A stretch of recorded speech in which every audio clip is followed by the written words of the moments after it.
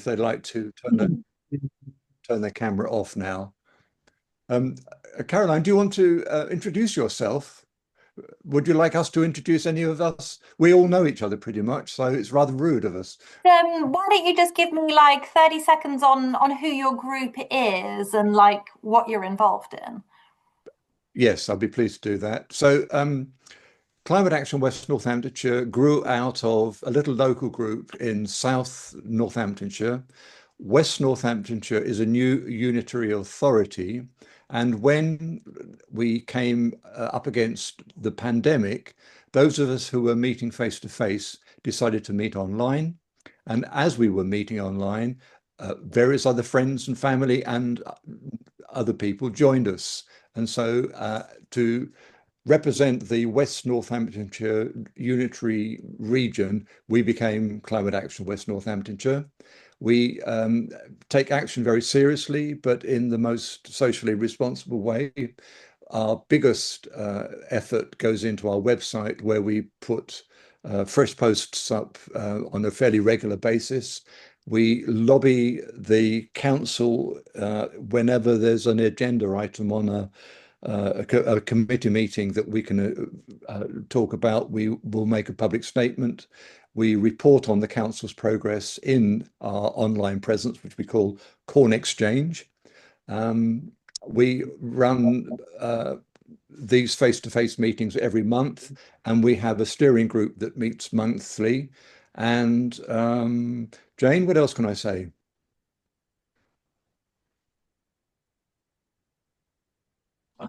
Um, Sorry, Tammy, I wasn't listening. Okay, that's absolutely fine. I might as well be on. Sorry, because I was trying to type a note to the person that's coming up as Zoom user to try and find out who they are. And you're organising a big event in September, Harry. David, that's very kind of you to mention that. Yes, we are looking at nature because our administration for our West Northamptonshire doesn't like the word climate and has expunged it from all its official documentation, but they won't expunge nature. So all our work now is about nature, and we're organising a big festival in September on the 19th in Delaprey Abbey, which is the centre of Northampton, called the Northamptonshire Festival of Nature. Good. And David, who is here on the call, I can't see him on the screen, but he's here somewhere. I can see him. Yes, yeah. A different David, sorry. Who am I thinking? Mike, I beg your pardon, Mike Longman, who is on my screen next. Yes, that's what he gave us a talk last month on what Northampton town would be like in 100 years. Speaking as a meteorologist, he was giving us a fairly dire outlook of the climate situation in Northampton in 100 years' time.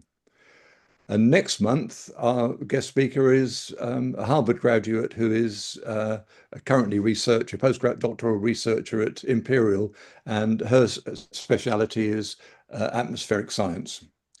So we really enjoy having experts talk to us. Caroline, over to you. Well, thank you very much for having me. It's a pleasure to be with you all, and I'm admiring your great work, and I'm admiring your dexterity in switching from climate to nature so quickly. Well done. There's plenty of councils up and down the country doing very similar things, figuring out what the right language is and moving with the times. So I'm Caroline Kuzemko. I am a professor in the political economy of climate change at the University of Warwick. Basically, I research in the broad area of the relationship between mitigating for climate change using policy, which is the main tool that is being used globally to try and reduce emissions, and the sort of rather uncomfortable fact that if you use policy to do anything, there will always be a politics of it. So my work is not focused on policies, it is on the politics of policy very explicitly. And I'm, I guess, one of the few people that's been doing that. Well, I've been doing it nearly 20 years now, actually. But I also look at things like the politics of sustainable energy transitions. I do a lot of work in the energy sector, and I'm running a project for the UK Energy Research Centre, a multi-university project, which is on the geopolitics of doing things like phasing out fossil fuels and the geopolitics of bringing in alternatives to fossil fuels, clean tech. I also teach, so when I started in my political science department in 2016, there were no modules on environment, politics of environment or politics of climate change or even politics of energy and transition. So I now have undergraduate and postgraduate modules on the politics of climate change. So in a nutshell, that is me. I'm gonna talk for about 10 minutes or so. And then I would really just like to hear, obviously, if you've got any questions, we can discuss your questions, etc. But also just how you're perceiving how the politics of climate change is going in the UK and the sorts of things that you're observing and what you think is the best thing to be doing about it. But first of all, I'm just going to do a quick how I see things. So what's going on in terms of the politics of climate change in the UK is that this wonderful climate consensus, party political climate consensus that we've had since the mid-noughties, which is a rare thing, I might add, because it hasn't happened in many countries in the world, but it has ended. But at the same time, the climate consensus amongst ordinary citizens has not ended. So the support of ordinary citizens remains reasonably constant. I mean, it ebbs and flows, it ups and downs, but it has done over the past decades. It's sort of quite a normal thing. So I guess sort of some of the main actors here, or particularly are Reform, who are using net zero, not climate mitigation or obviously nature, but net zero specifically as a wedge issue. They're positioning it within their broader narrative on elites and on, they're positioning it as an international elite concern that is bad for ordinary UK citizens. And so the narrative is around the costs of mitigating, around what they talk about as dangers to economic growth. And then obviously for party political reasons, the Tories have followed suit, although I suppose Sunak was heading in this direction a little bit even before the election.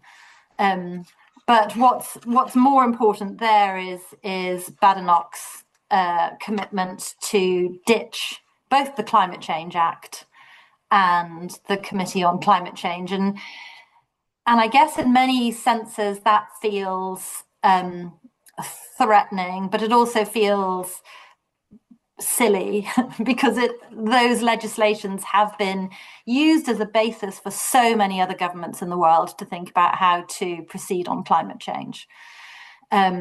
So, you know, I'm not personally worried about the Tories getting back into power next time round because it seems pretty unlikely, but I suppose there are higher likelihoods of Reform getting into power.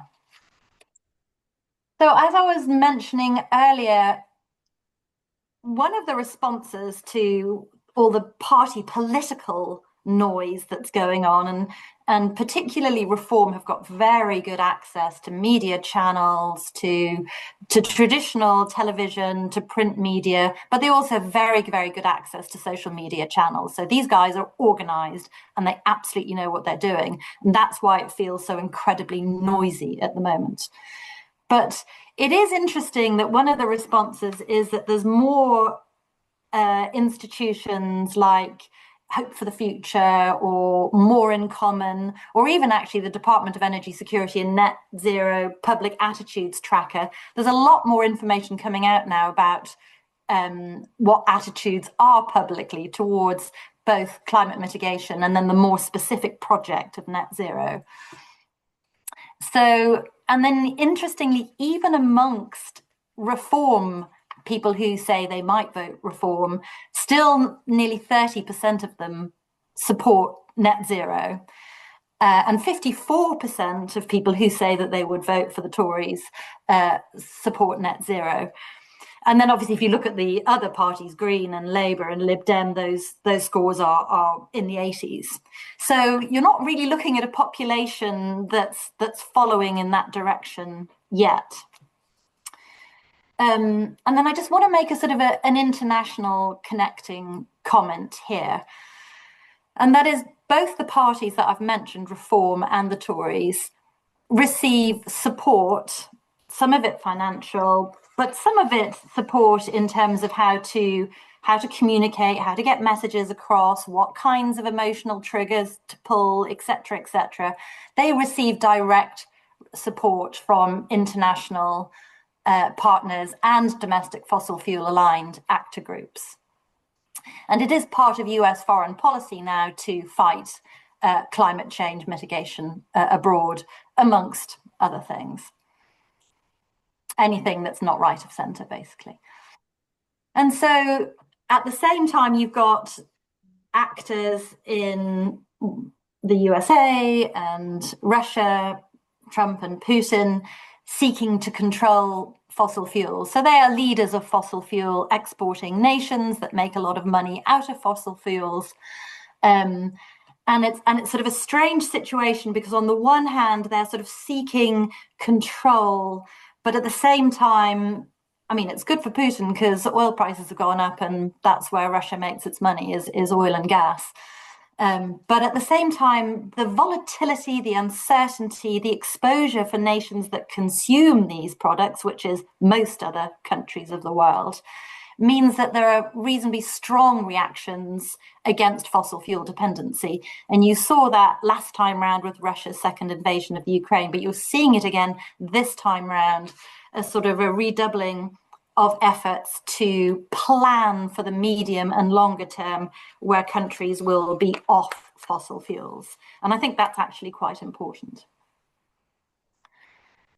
So now I'm going to do a couple of, I'm going to talk for a little bit of time about my most recent book, which is called Climate Politics, Can't Live With It, Can't Mitigate Without It. And I'm going to come back to this overall point that if you look at any model or scenario where we get anywhere close to limiting emissions to 2 degrees, the driver of that change is policy, largely speaking. The International Energy Agency has all sorts of predictions for renewables growth, for clean tech growth, and they're saying that 85% of that growth will come from policy. And my argument is that you can't have that policy driving change without there being an associated politics. And obviously, since the 1980s, when climate mitigation started to be something that extended beyond, scientific and elite communities that knew about this kind of thing. Ever since that time, there has been a struggle. It's been a fight, it's been a struggle, and that's how it's been on and off in all the decades since then. This has never been a straightforward process. There has been well-funded and fierce opposition to climate mitigation absolutely from the start. And this is partly because most modern economies and now middle-income economies in places like China and India and Brazil, they have been built on, industrialized through and supported by emissions that come from fossil fuels. They are fossil fuel-based economies. And that is the reality of the starting situation when we started to realize that we needed to get rid of those emissions. But the point is that they're not just economically embedded or politically embedded, they are socially embedded. We as people all still use fossil fuels. And so that social embeddedness of it is really important. And that's partly why bringing in alternatives to fossil fuels and phasing out fossil fuels is so deeply political, but also because of the social aspect. So if you think about, if you're a USA or a Russia, like countries that export a lot of fossil fuels and make a lot of money out of fossil fuels, especially countries like Russia, where that's a very high percentage of your national income, this is existential.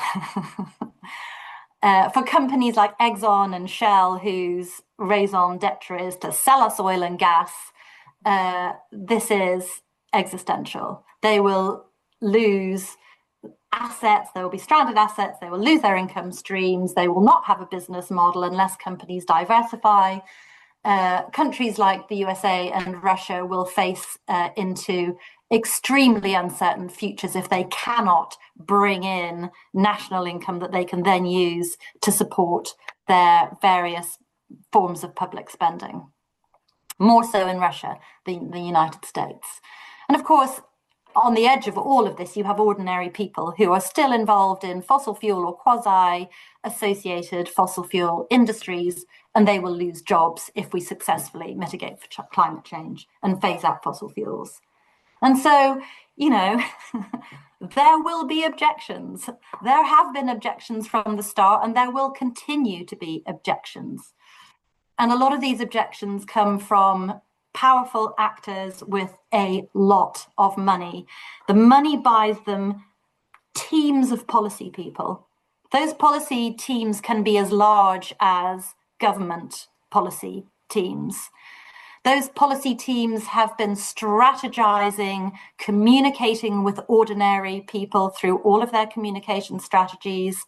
They've been doing this for a long time. Exxon originally in the 80s learnt its strategies from the tobacco industry, which had also been fighting very hard for many decades to convince us all that smoking's fine. So these strategies are old, they're embedded, and they're not going anywhere. And so at the same time, they haven't had it all their way, have they? Because mitigation policies that have been in place, particularly since the sort of late 90s, mid noughties onwards, have done some things. They have vastly and rapidly reduced the costs of renewable energy, far faster than anybody predicted. As a result of that, you're seeing huge global growth in renewables, such that renewables are now the fastest growing source of energy in history. You're seeing similar things starting with electric vehicles and batteries. And I'm by no means suggesting that these are the optimal solutions. But what I am suggesting is that for many countries in the world, these kinds of things have allowed for emissions reduction. So, for example, in the UK, the first set of emissions reduction that the UK achieved was mainly on the back of Thatcherite policies with regard to coal. But the second round of policies started in the sort of mid to late noughties have obviously allowed for renewables to become over 50% now of our electricity consumed. And so that's important, because while we're all listening to the noise and worrying about everything that's going on, the fact is that renewables continue to grow rapidly in many, many parts of the world, including in India and including in China, which is obviously something that Reform don't talk to us very much about. And what you get with the coming in of renewables and batteries for storage and electric vehicles as an alternative to oil using cars, and heat pumps as an alternative to gas using boilers, as the alternatives are in place, fossil fuel phase down is starting in different parts of the world. Obviously, we're seeing it in the UK because there is no coal anymore in the UK's electricity grid. And this is why now I think it is so noisy. Because if you think of all those actors who stand to lose so much from the phase out of fossil fuels and who've been making so much noise for so long, they are now facing into the reality that coal is being phased out in various parts of the world. And the IEA, now the International Energy Agency, now predicts that demand for both oil and gas will peak by 2030. So again, I will presage this by saying that that's probably not going to help us to meet the targets that we need to meet. But by the same token, we need to know what is working and what is not working. And we need to remember that now is a very difficult moment if you are a fossil fuel producer, when you're facing into estimates of the demise of demand for your product, which has grown in demand for nearly a century. So, okay, so that's like another sort of bit of background about where we are now. And my next set of comments is going to be about not being scared by the noise, not running away from it, not burying our heads in the sand, as absolutely, totally, utterly tempting as that might be, because being a climate change activist is like a really hard thing to be right now, and I completely recognize that. But wishing away the inevitable politics of mitigating for climate change using policy as the driver is not going to get us anywhere at all. And so my argument is, and this is what my work is all about, is that we just need to understand that politics far better than we do now. And one of the sort of slight issues here has been that so much of what we know about climate change has come from scientific communities. And if it wasn't for them, we wouldn't know what is causing the problem right now. So they've been fundamental to change. But science doesn't tell us an awful lot about societies or politics or people. And so what we need is for social sciences to step into the space so that we can understand better this relationship between trying to reduce emissions using policy to people and politics and society. So on the one hand, we've got sort of rich corporations and associated political groups. They know what they're doing politically. Their messages are designed to hit home. Often they hit people by talking about what's in their pockets or what's not in their pockets. Often they use emotion, so they use nationalism or patriotism or us versus them, ordinary people versus elite people. And some of those messages are effective, but the messaging has not changed much. So in my recent book, I have this sort of whole chapter that goes back to all the original battles and fights that were fought in the 1980s.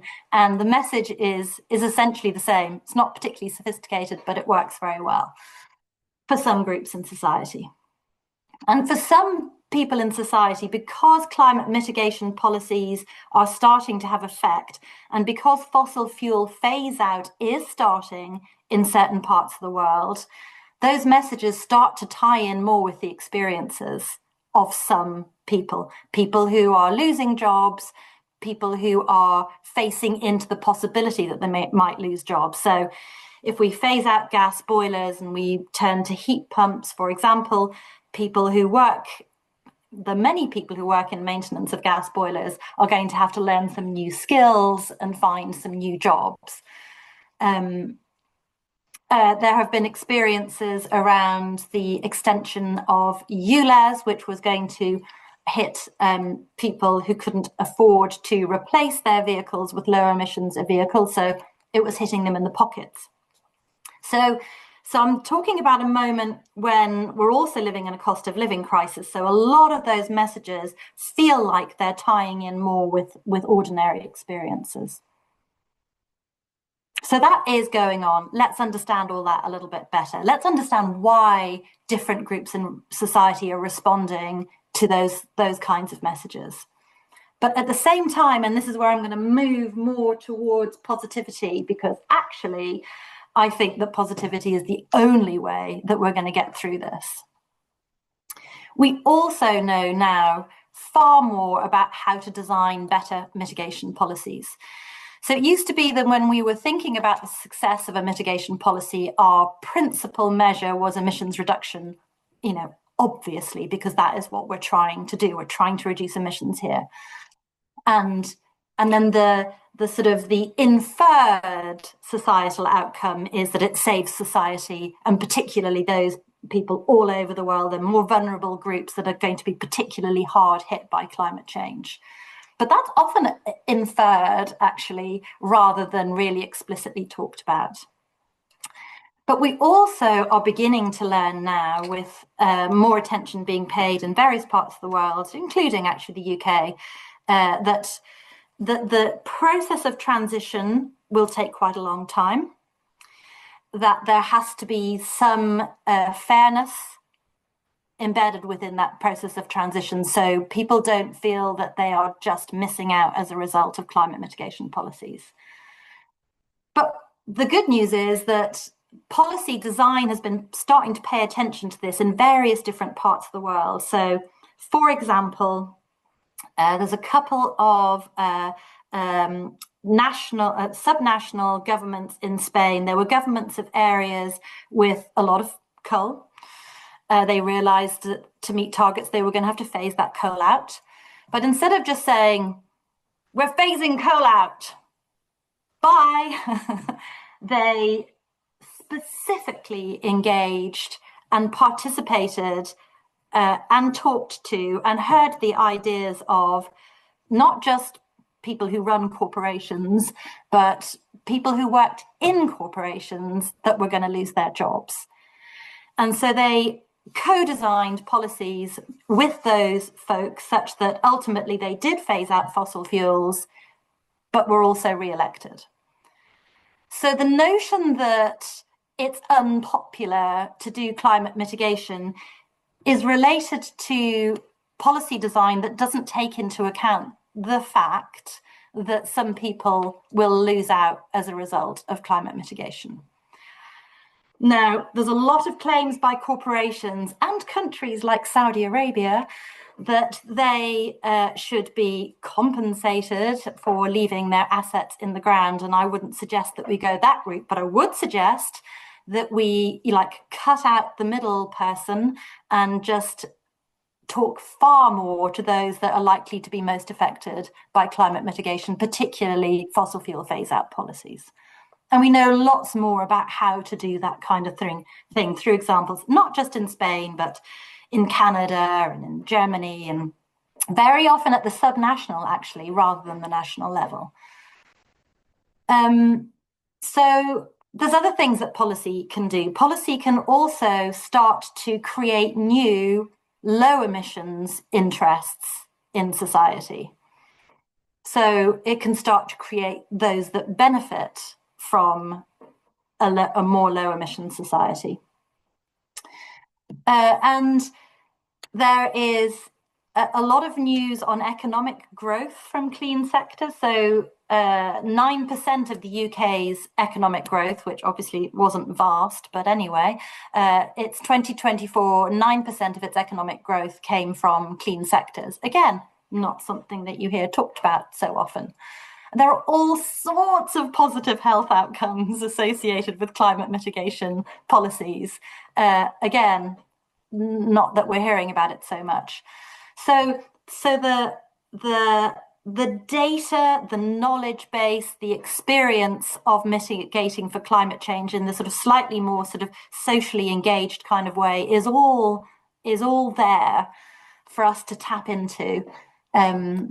And maybe we can learn a few lessons about how to communicate as well, using different channels of communication that appeal to sort of like broader ranges of people. And then the last thing I'm going to say on the information that's now available for us is about the costs, the social and the economic costs of not mitigating. And that is huge. Obviously, that's like, you can read that negative, but you can also read it positive because it's avoidance. It's avoiding those kinds of costs. And so like that we also increasingly have in our arsenal when we start to try and change minds and convince people. So that's my big message, is better policy and better communications to take the sting out of reform's tail.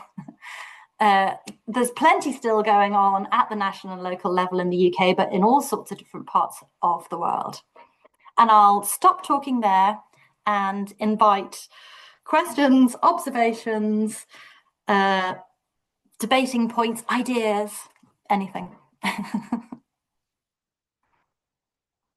Okay, just stop it being a free-for-all. Would anyone like to put their hand up to say something, to ask Caroline a question, to raise a point?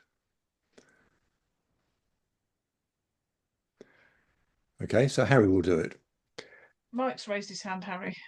Sorry. Oh, sorry, Mike, you've got your hand up. Well done. Thank you. Yeah, I have as well.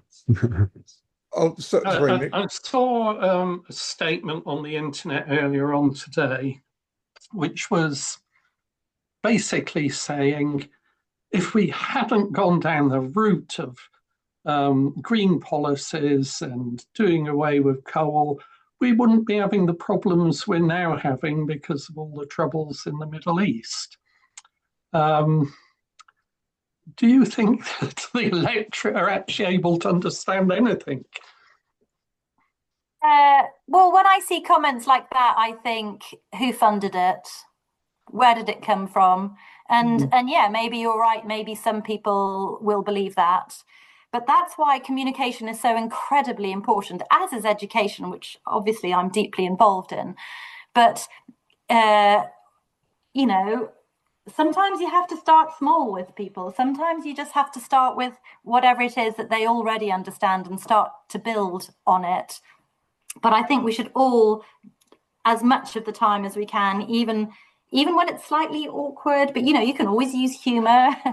You can always use other ways into conversations. It doesn't have to be confrontational, but, you know, clearly that's, you know, absolute tripe, but, you know, who paid for it? Where did it come from? It's part of a wider campaign to muddy the waters, make us all confused about what we should be doing right now, making us think that we should drill more in the North Sea. I mean, when you think about the intention behind these kinds of communications, you can start to understand the communications a bit better.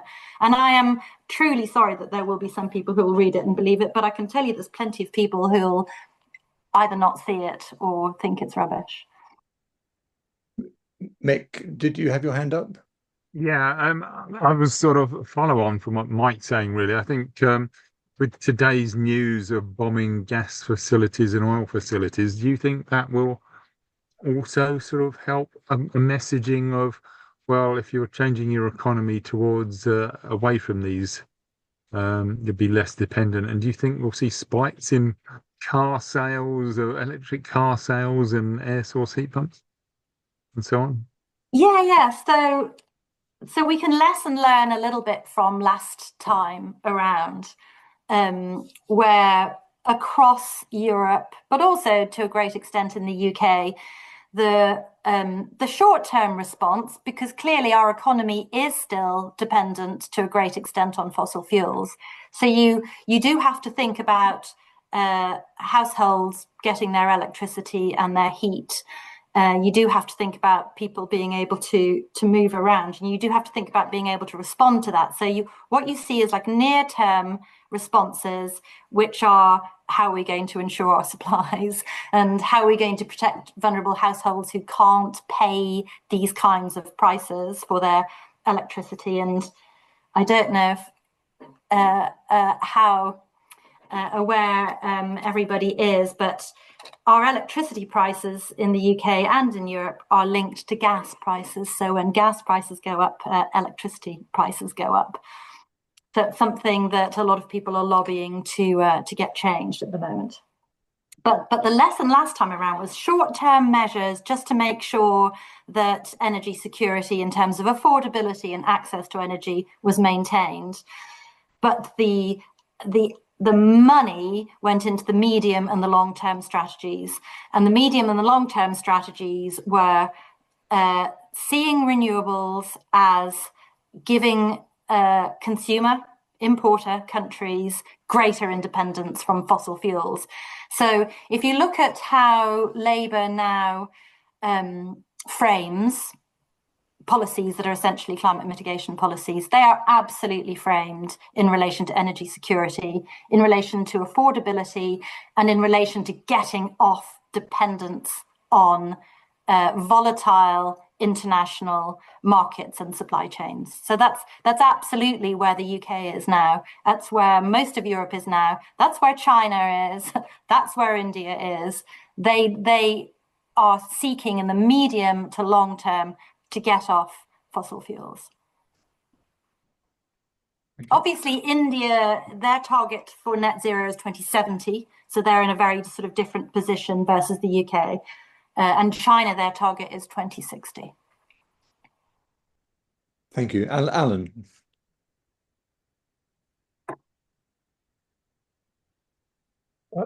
Yes, I'm thinking back to the figures you gave at the beginning, well, during your talk about the support for net zero amongst different parties. Is there a generational divide? I'm speaking as a former geography teacher. I've been retired for getting on for 10 years, but before that, for over 40 years, I taught geography, and right through the 90s and the noughties, you were teaching climate change as a scientific fact. And after doing that for about 15 years, Michael Gove came along and said we should start teaching about climate change. I know. Climate change. He failed, though, didn't he, to get it off the curriculum? He what, sorry? He failed to get it off the curriculum, didn't he? Yes. Yeah, well, I began to phase down my teaching when Michael Gove was around. It was just too awful. But so I'm just thinking that there's generations of people reaching voting age who have been taught this as just straightforward scientific fact. And those who haven't surely are falling off at the other end. Is that reflected in the data that you had on political support?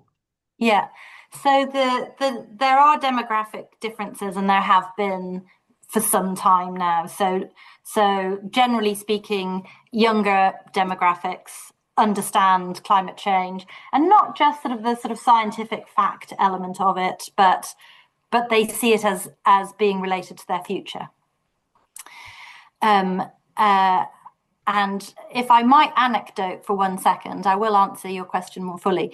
But I was invited by Shell a few years back. They do, as I said, oil and gas companies have huge policy departments. And Shell, as part of their huge policy department, they have something called a scenario planning unit. And they invited me to come in and explain to them what a distributed renewable energy future what implications that would have for their business model. And of course, the short answer is they don't have a business model under that scenario.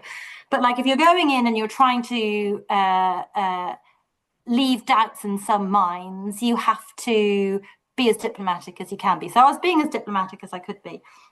And I had expected massive pushback. There was probably about, 80 or so people in the room. And then weirdly, the room separated. And I had like one half of the room, the older demographics, all like just incandescent with rage that I had come in and suggested, blah-de-blah-de-blah. But then I had another part of the room where there were much younger demographics, incandescent with rage with the older people for taking that approach, and really, again, emotionally, and if reform are good at tapping into certain emotions, there's other emotions that climate change can tap into. One young lady just close to tears in trying to explain what it feels like to know that that is your future. And I think that that's why Fridays for the Future was so successful back in 2018, 2019, because that kind of messaging works incredibly well. So yes, that demographic is still in existence. There are things to do with educated and not educated that actually, back to Mike's point, sort of, but not as big as the demographic difference. But the other thing that I would say is that watch out for reform on this one, because they are starting to drive a bit of a wedge into the younger demographics. And the wedge is male-female, the difference, actually.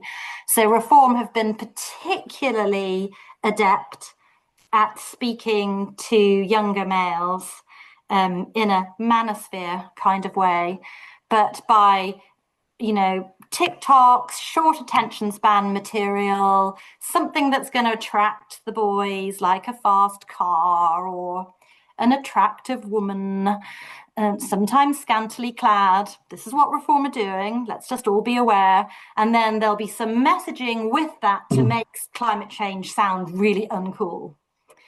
So we are starting to see this slight, it's not showing up massively in the polls yet, but in some sort of more sort of discursive surveys that have been done, that is starting to show up a bit. Yeah, thank you. I think that's really interesting. Paul, you disappeared and came back. Are you safe to talk at the minute? Yeah, hi, thank you. I just got cut off, but I'm back. Thank you, Caroline. It was a wonderful tour, very informative.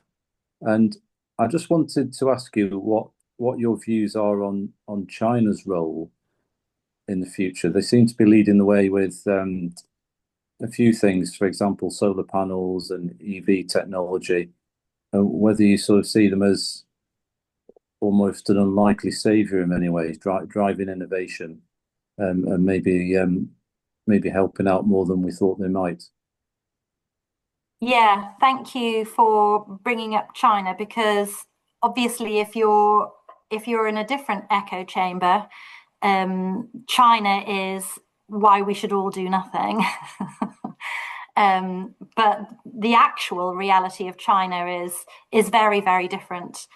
So as you've said, not only are they now producing so many renewables, they are starting very slowly to decarbonize the grid. So the estimates are that coal peaks somewhere between now and 2030.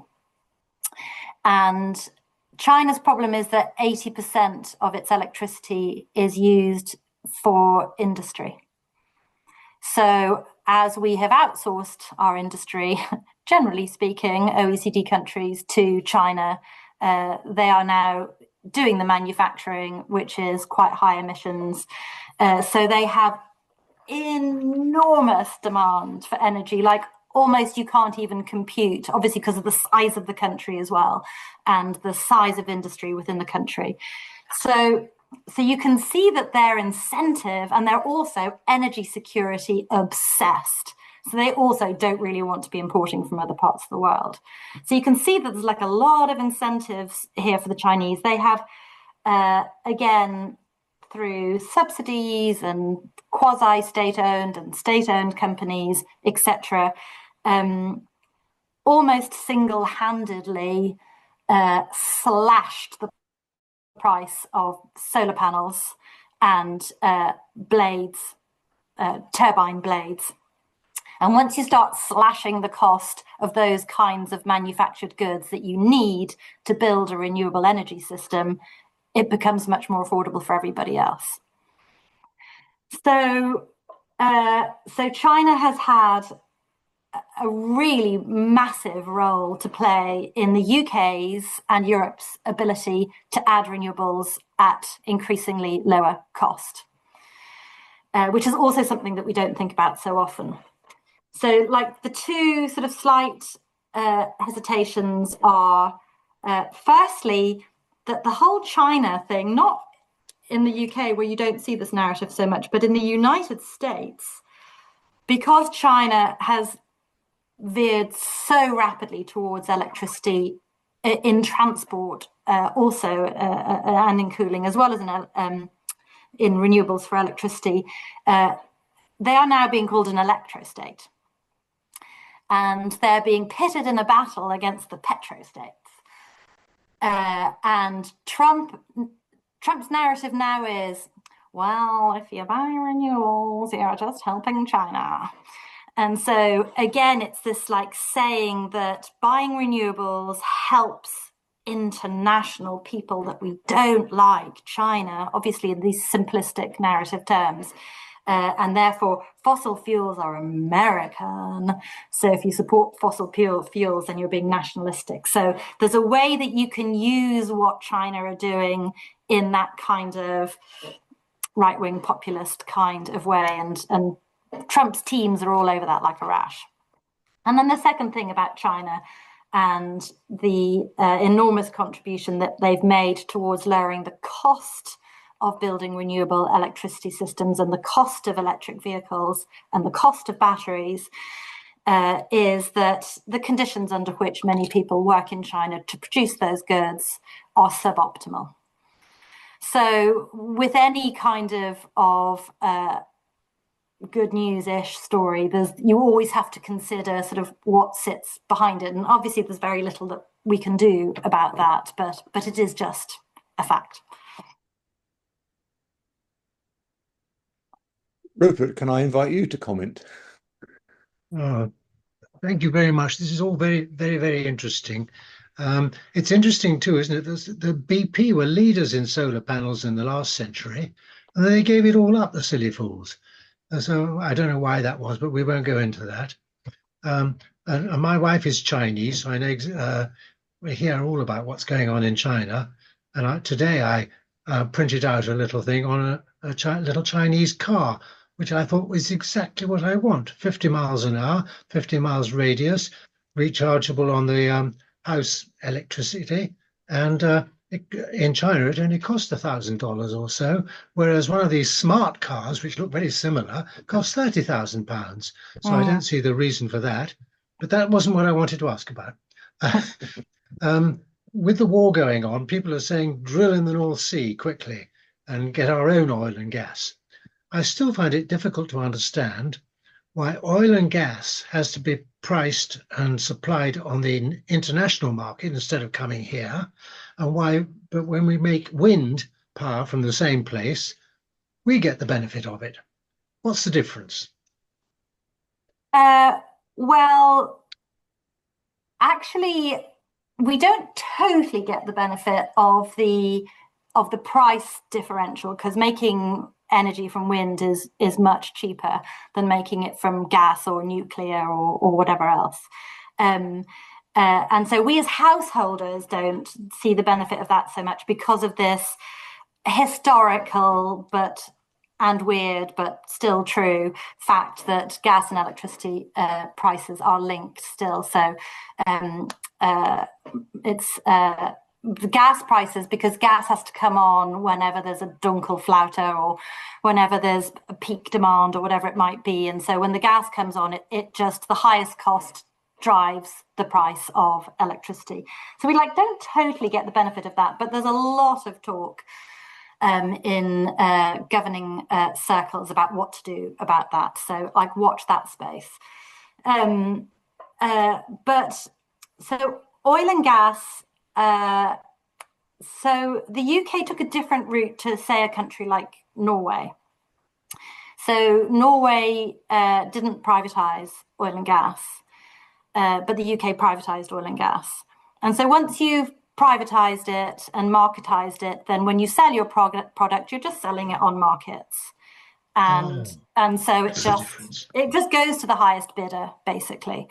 And so if it's going to the highest bidder, it's going to be high cost. And so the idea that anyway, even if you issue more licenses in the North Sea, it's not going to produce any oil or gas for some considerable time. So it's not going to do anything about this energy crisis right now.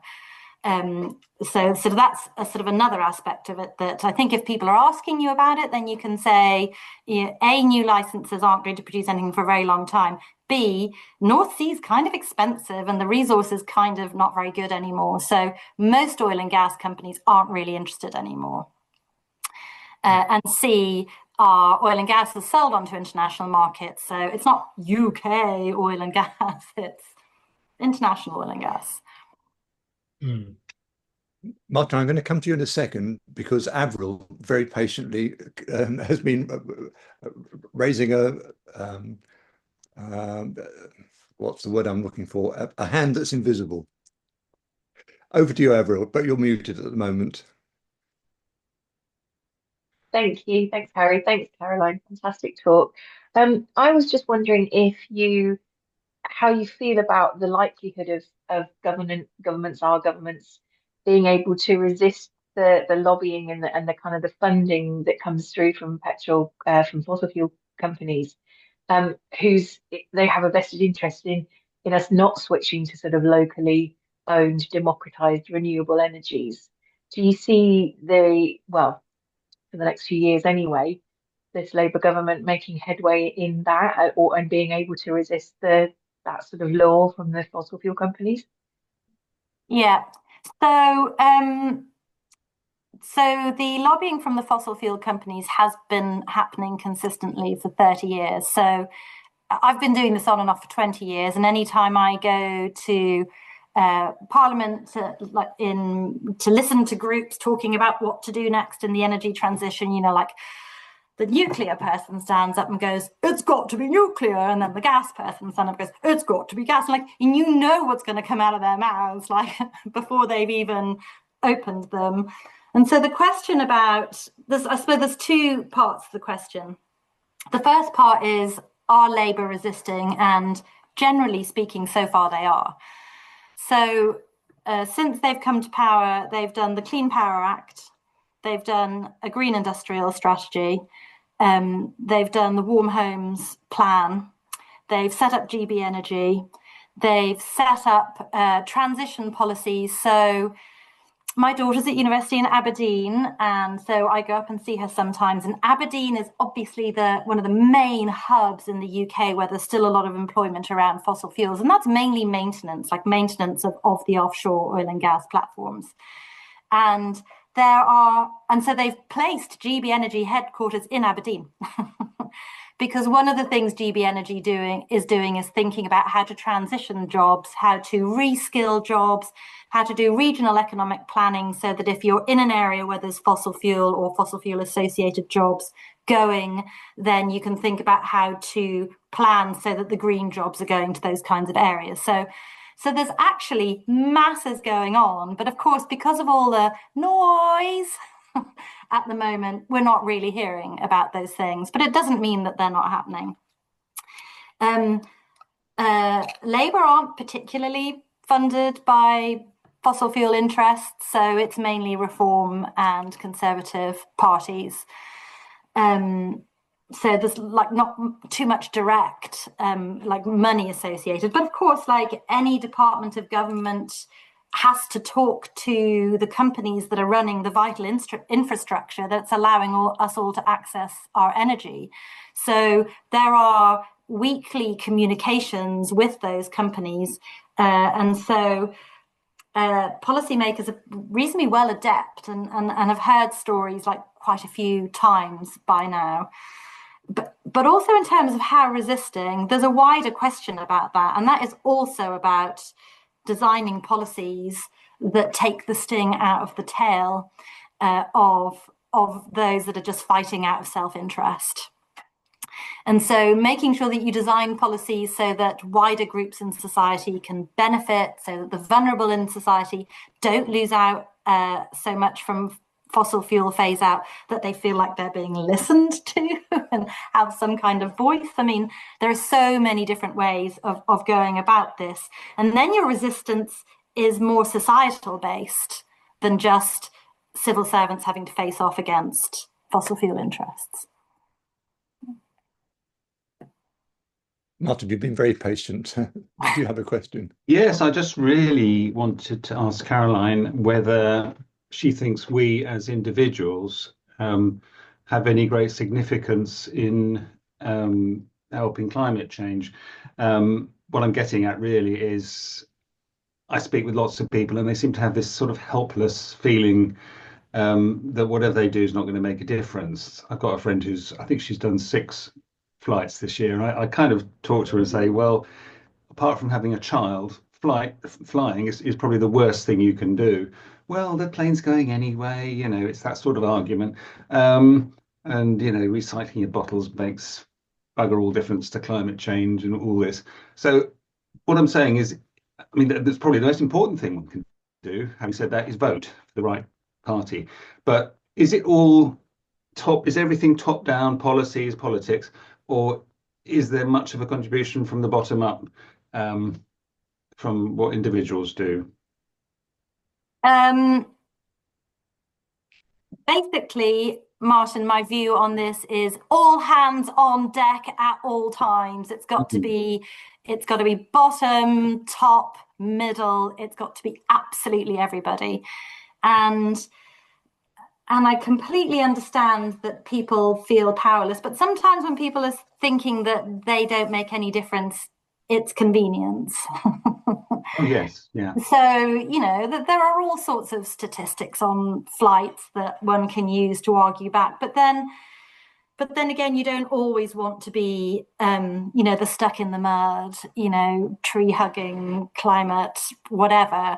So you can sometimes just also talk to people about the positives. Flying is, I'd say, about the hardest thing to change at the moment, and mainly because, unlike with electricity, renewables aren't just now lower cost forms of electricity that in most actually parts of the world now. So that's sort of more solvable. Then you can decarbonize road transport, you can decarbonize heating, but flying is the hardest thing. So just don't talk about flying, just completely avoid it, because it's not like you can come up with some good news thing or some solution. You can shame them, like, do you realize how many emissions, etc., etc., but there's nowhere else you can go with it. Well, 6 a year and it's only March. I know. Well, don't worry. I've got a brother who's probably done more than that. So, seriously.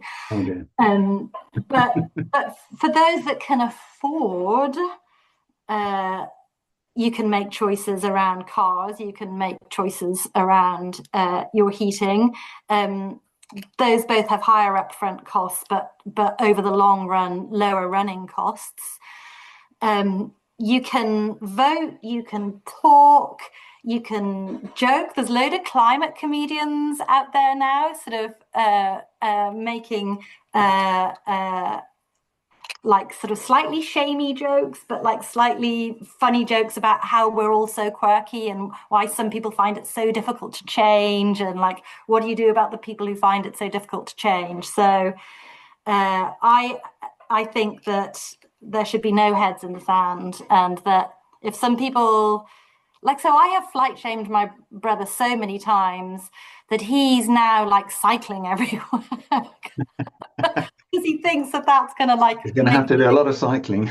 I know, but in his mind, he is at least trying to do something and trying to make more climate conscious decisions. So I think we should just never give up on people either. Okay, thank you. Thank you, Caroline. Thank you, Martin. Does anybody else, do you want to wave your hand if you want to say anything or ask anything? Okay, I can't see anybody actively. David's waving his hand. Harry. David, I do beg your pardon. Sorry. Thanks, Harry. I've only just put my hand up. I just wonder where governments with fossil fuels as a major source of revenue and no huge alternative available to them, where do they go? Do they, how will it depend on a United Nations, no capitals intended, coming together to actually support countries who are going to lose out tremendously, to enable them to see a positive future? or are we destined for more violence and wars and upset? Yes, so I don't think that the United Nations is going to have much of a role in it.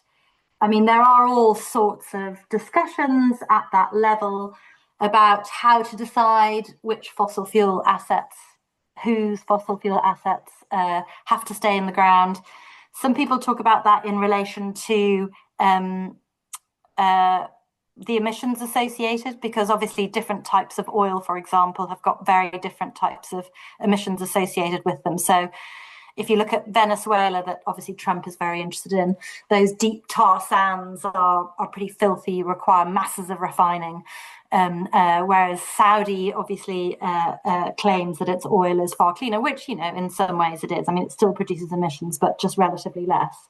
So there are talks about how to do that. Some countries like Saudi Arabia are saying we need to be compensated through international bodies. But what Saudi Arabia is really doing is diversifying.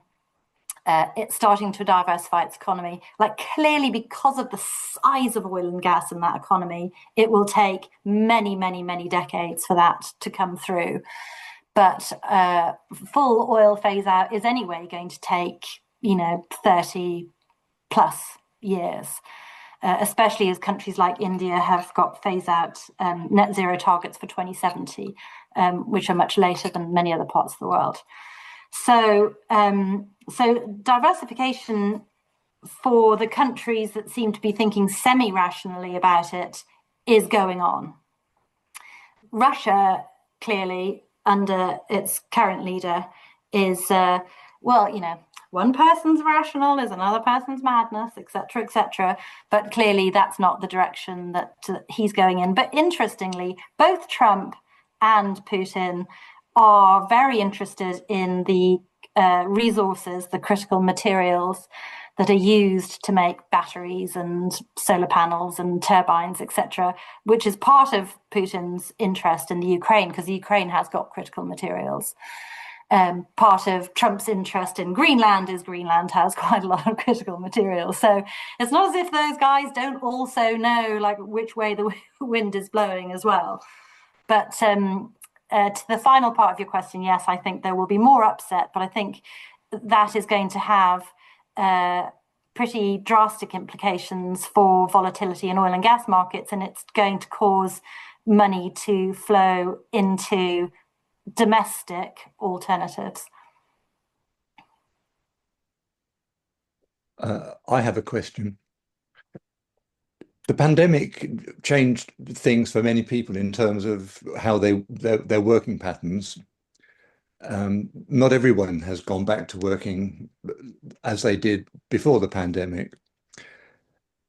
Is catastrophic change like that something that will shift the way things happen, the way things go?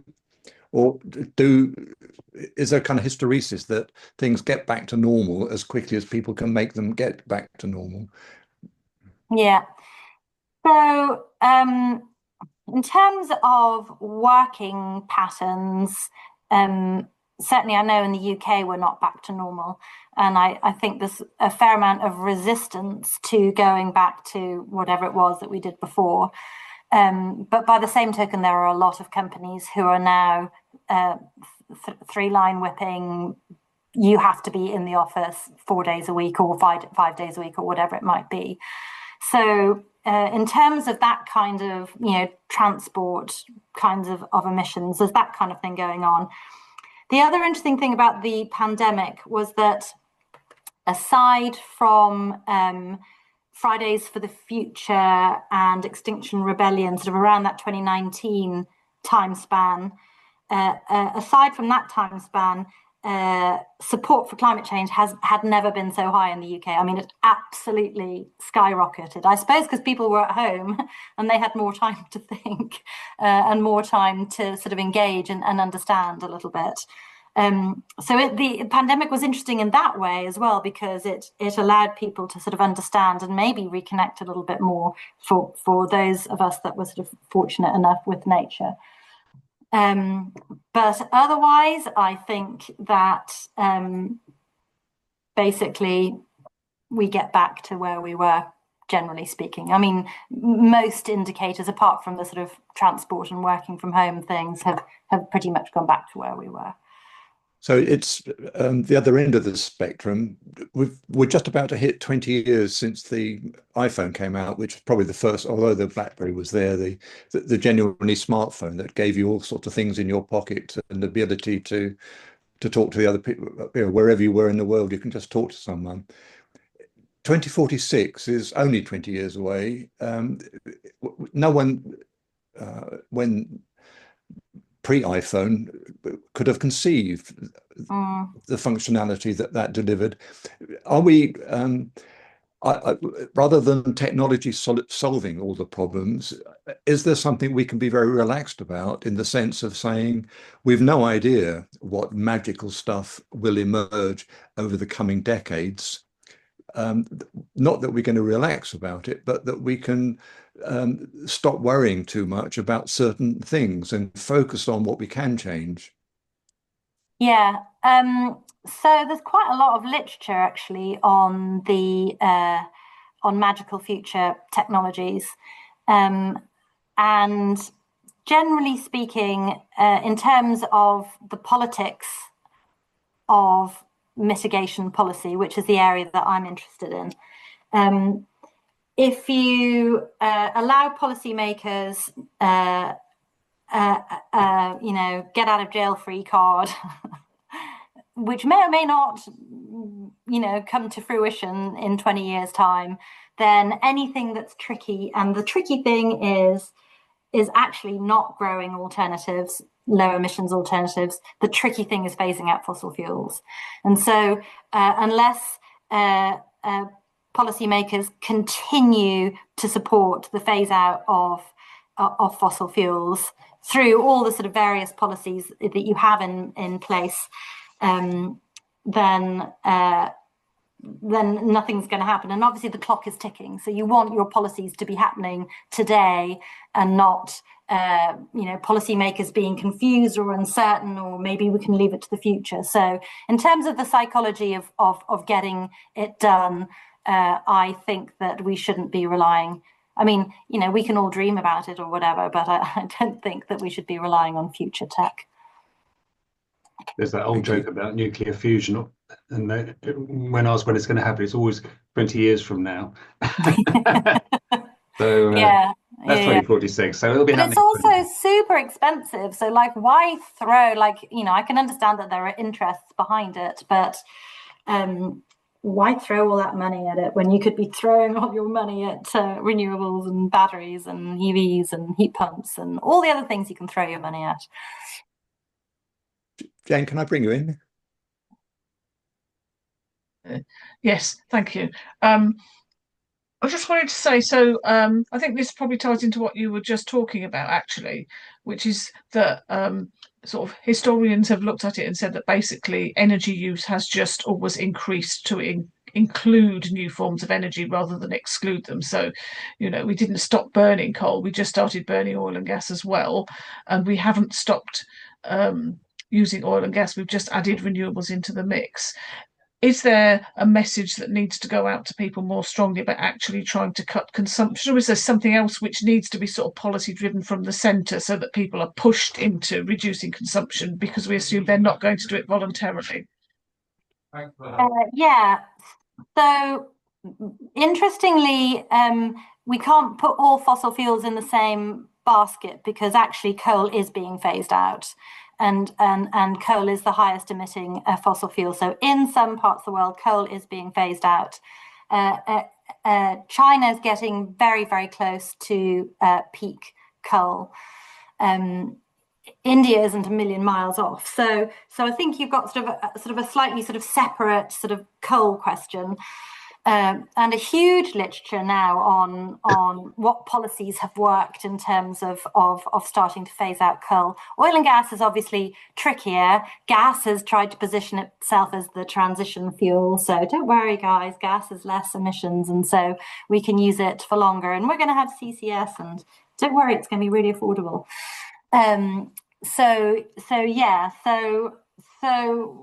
we have those issues now, but the fact of the matter is that the shift towards EVs, like particularly in China and some Asian parts of the world, means that demand is going to peak for oil and gas.